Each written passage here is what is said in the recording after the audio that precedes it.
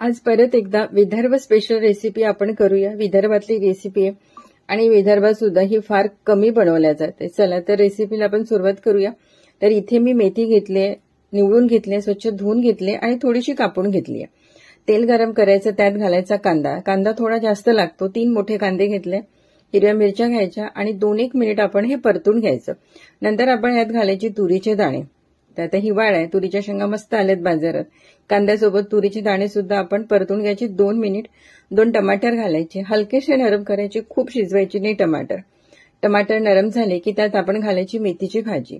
आता या भाजीमध्ये कुठलेही मसाले वापरले जात नाही, आले लसूण धणे जिरे पावडर काहीही नाही आणि ही भाजी फक्त हिरव्या मिरचीचीच बनवली जाते। तर आता गॅस वाढवून घ्यायचा आणि ही भाजी 3 ते 4 मिनिट आपण मस्त अशी फक्त परतून घ्यायची। मीठ घालायचं, मीठ मात्र कमी घालायचं कारण भाजी शिजल्यानंतर ती कमी होते।